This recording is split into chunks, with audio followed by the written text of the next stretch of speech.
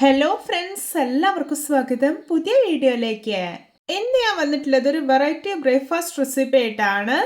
വെറും 10 മിനിറ്റിനുള്ളിൽ തയ്യാറാക്കി എടുക്കാൻ പറ്റുന്ന നല്ല ക്രിസ്പിയും ടേസ്റ്റി ആയിട്ടുള്ള ദോശയാണ് കേട്ടോ ഇന്നിവിടെ ഉണ്ടാക്കാൻ പോകുന്നത്. വീഡിയോ കണ്ടിട്ട് ഇഷ്ടപ്പെടുവാണെങ്കിൽ ലൈക്ക് ചെയ്യുക, ഷെയർ ചെയ്യുക, കമൻറ്റ് ചെയ്യുക, ചാനൽ സബ്സ്ക്രൈബ് ചെയ്യാനും മറക്കരുത്. പിന്നെ ഫേസ്ബുക്കിലൂടെയാണ് വീഡിയോ കാണുന്നതെങ്കിൽ പേജ് ഫോളോ കൂടി ചെയ്യണേ. ഒപ്പം നമുക്ക് നേരെ വീഡിയോയിലോട്ട് പോവാം. ആദ്യം ദോശയ്ക്ക് വേണ്ടിയിട്ടുള്ള മാവ് റെഡിയാക്കി എടുക്കാം. അതിനായിട്ട് ഞാനിവിടെ ഒരു മിക്സർ വലിയ ജാർ എടുത്ത് വെച്ചിട്ടുണ്ട്. ഇതിലോട്ട് 2 ഗ്ലാസ് വറുത്ത അരിപ്പൊടി ഇട്ടെടുക്കാം. ഇത് നമ്മൾ പത്തിരിയും ഇടിയപ്പൊക്കെ ഉണ്ടാക്കാൻ വേണ്ടി എടുക്കുന്ന വളരെ നൈസ് ആയിട്ടുള്ള പൊടിയാണ്. ഇനി ഇതിലോട്ട് 4 ടേബിൾ സ്പൂൺ കടലപ്പൊടിയും 4 ടേബിൾ സ്പൂൺ റവയും ഇട്ടെടുക്കാം. ഞാനിവിടെ വറുക്കാത്ത റവയാണ് കേട്ടോ എടുത്തിട്ടുള്ളത്.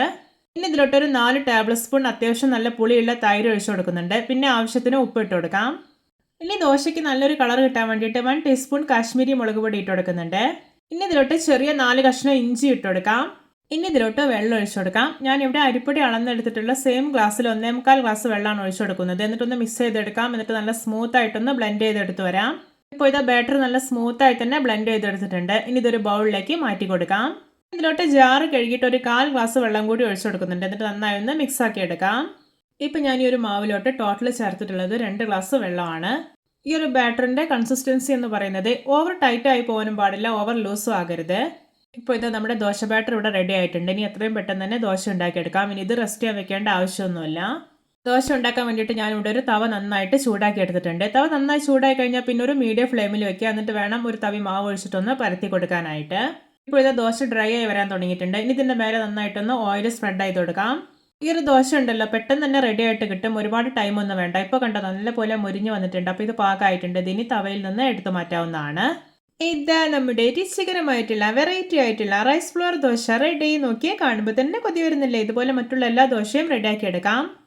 നമ്മുടെയൊക്കെ വീട്ടിൽ എപ്പോഴും ഉണ്ടാവുന്ന വളരെ കുറഞ്ഞ ഇൻഗ്രീഡിയൻസ് ഉപയോഗിച്ചിട്ട് വെറും 10 മിനിറ്റിനുള്ളിൽ തയ്യാറാക്കി എടുക്കാൻ പറ്റുന്ന നല്ല ക്രിസ്പി ആൻഡ് ടേസ്റ്റി ആയിട്ടുള്ള റൈസ് ഫ്ലോർ ദോശ റെസിപ്പിയാണിത്. എല്ലാവരും ഇതുപോലെ ഒന്ന് ഉണ്ടാക്കി നോക്കണേ. ഇത് നമ്മുടെ രണ്ടാമത്തെ ദോശയും നല്ല പെർഫെക്റ്റ് ആയി തന്നെ റെഡി ആയി കിട്ടിയിട്ടുണ്ട്. ഇതും തവയിൽ നിന്ന് എടുത്തു മാറ്റാവുന്നതാണ്. നിങ്ങൾക്കിത് കാണുമ്പോൾ തന്നെ മനസ്സിലാവുന്നില്ലേ എന്തോരം ക്രിസ്പി ആയിട്ടായിരിക്കുന്നതെന്ന്? എന്തൊരു രുചിയാണെന്നറിയോ ഇത് കഴിക്കാൻ. ഈ ഒരു ദോശയ്ക്കൊപ്പം കഴിക്കാൻ ഏറ്റവും കോമ്പിനേഷൻ ആയിട്ടുള്ളത് കോക്കനട്ട് ചട്നിയും പൊട്ടറ്റോ മസാലയും ആണ്. ഇത് ഉണ്ടാക്കിയിട്ട് അപ്പോൾ തന്നെ നല്ല ക്രിസ്പിനെസ്സോടെ കഴിക്കണം. അപ്പോഴാണ് റിയൽ ടേസ്റ്റ് ഉണ്ടാവുന്നത്. അപ്പോൾ എല്ലാവർക്കും എൻ്റെ variety and tasty rice flour dosa recipe ഇഷ്ടപ്പെട്ടെന്ന് വിചാരിക്കുന്നു. ഇഷ്ടപ്പെട്ടാൽ സപ്പോർട്ട് ചെയ്യാൻ മറക്കരുത്. അപ്പോൾ ഇതുപോലെയുള്ള വെറൈറ്റി വീഡിയോകളായി നമുക്ക് വീണ്ടും കണ്ടുമുട്ടാം. Okay, bye bye.